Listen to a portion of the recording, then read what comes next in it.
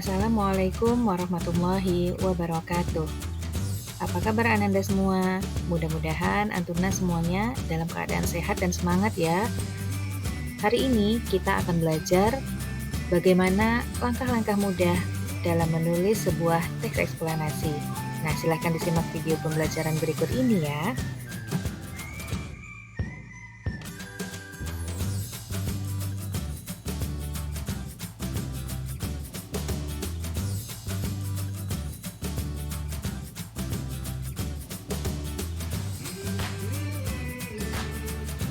Sebelum Ananda belajar bagaimana langkah mudah dalam menulis teks eksplanasi, ada baiknya kita mengulas materi sebelumnya ya, yaitu tentang pengertian teks eksplanasi menurut KBBI dan ahli. Menurut ahli, Kosasih mengatakan, teks eksplanasi adalah suatu teks yang menjelaskan tentang suatu proses atau peristiwa mengenai asal-usul, proses, atau perkembangan suatu fenomena, mungkin berupa peristiwa alam, sosial, ataupun budaya. Nah, apakah yang dimaksud dengan teks eksplanasi? Menurut KBBI 2008, eksplanasi artinya penjelasan atau paparan. Teks eksplanasi adalah teks yang berisi tentang proses mengapa dan bagaimana kejadian-kejadian alam, sosial, ilmu pengetahuan, budaya, dan lainnya dapat terjadi. Suatu kejadian, baik itu kejadian alam maupun kejadian sosial yang terjadi di sekitar kita, selalu memiliki hubungan sebab akibat dan proses. Jadi, dapat disimpulkan, teks eksplanasi adalah teks yang berisi penjelasan tentang proses mengapa dan bagaimana kejadian-kejadian alam, sosial, ilmu pengetahuan, budaya, dan lainnya dapat terjadi. Lalu, gimana ya caranya kita tahu bahwa suatu teks itu disebut sebagai teks eksplanasi? Yuk, kenali ciri-ciri dan struktur teks eksplanasi berikut ini. Ciri-ciri teks eksplanasi. 1. Informasi yang dimuat berdasarkan fakta atau faktual. 2. Hal yang dibahas yaitu suatu fenomena yang bersifat keilmuan atau berhubungan dengan ilmu pengetahuan. 3. Sifatnya informatif dan tidak berusaha memengaruhi pembaca untuk percaya terhadap hal yang dibahas. 4. Fokus pada hal umum atau generik, bukan partisipan atau manusianya. Contoh, tsunami, banjir, gempa bumi, hujan, dan lainnya. Teks eksplanasi dibentuk dari 3 struktur bagian. Struktur bagian yang pertama disebut identifikasi fenomena, berisi penjelasan umum tentang suatu fenomena yang akan dibahas, proses keberadaannya, proses terjadinya, atau proses terbentuknya. Struktur yang kedua yaitu rangkaian kejadian. Bagian ini berisi penjelasan proses mengapa fenomena tersebut bisa terjadi. Bagian ini merupakan jawaban dari pertanyaan mengapa dan bagaimana suatu fenomena bisa terjadi. Struktur yang ketiga adalah interpretasi. Bagian ini berisi kesimpulan atau penafsiran akhir tentang fenomena yang dibahas, termasuk pemberian saran jika diperlukan. Struktur yang ketiga ini merupakan struktur opsional. Artinya, struktur ini boleh ada, boleh juga tidak di dalam teks eksplanasi. Berikut ini ada langkah-langkah mudah dalam menulis teks eksplanasi. 1. Menentukan fenomena. Bagaimana cara menentukan fenomena? Pilihlah terlebih dahulu fenomena apa yang ingin kalian tulis. Apakah fenomena alam, sosial, budaya, dan lain-lain. Setelah menentukan fenomena, pilihlah topik yang lebih spesifik. Misalnya, fenomena alam. Topik hujan es. Langkah kedua, mengumpulkan bahan. Bacalah berita dan artikel, serta tonton berbagai video tentang topik yang sudah kalian tentukan. Catat informasi-informasi penting yang kalian butuhkan, seperti definisi fenomenanya, proses, sebab akibat terjadi fenomenanya, maupun saran yang diberikan. Mengapa harus mencari dari berbagai sumber? Supaya kalian mendapatkan informasi yang lengkap, utuh, dan akurat. Langkah ketiga, menyusun kerangka.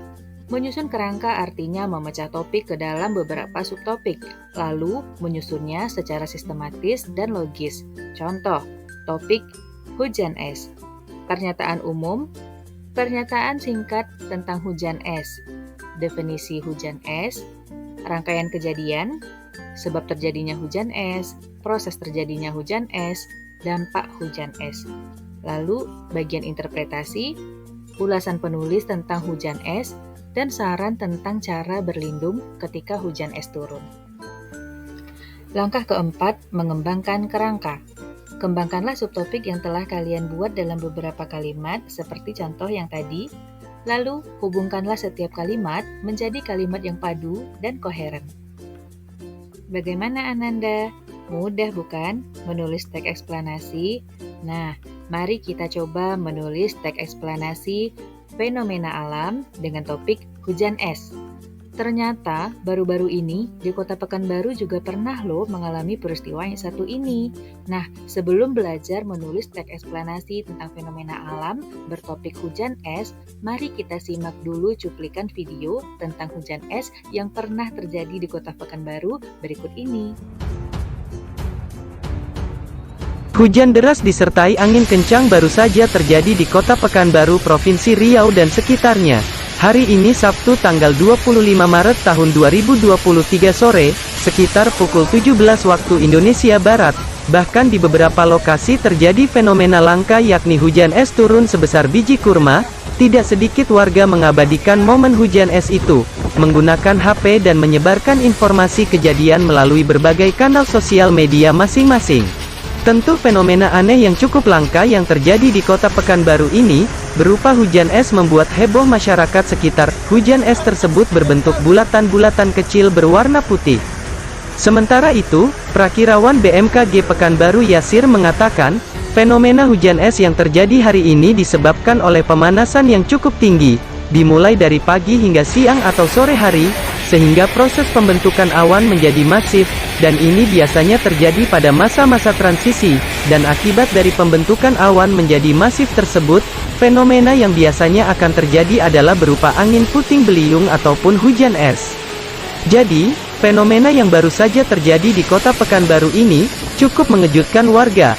Pasalnya kejadian hujan es sangat jarang terjadi, apalagi dengan ukuran yang cukup besar, bahkan bisa seukuran jempol orang dewasa. Saat hujan es berlangsung, warga sontak melihat keluar rumah, karena bunyi hantaman hujan es tersebut, yang mengenai atap rumah warga cukup keras. Kira-kira mengapa dan bagaimana ya fenomena-fenomena itu bisa terjadi?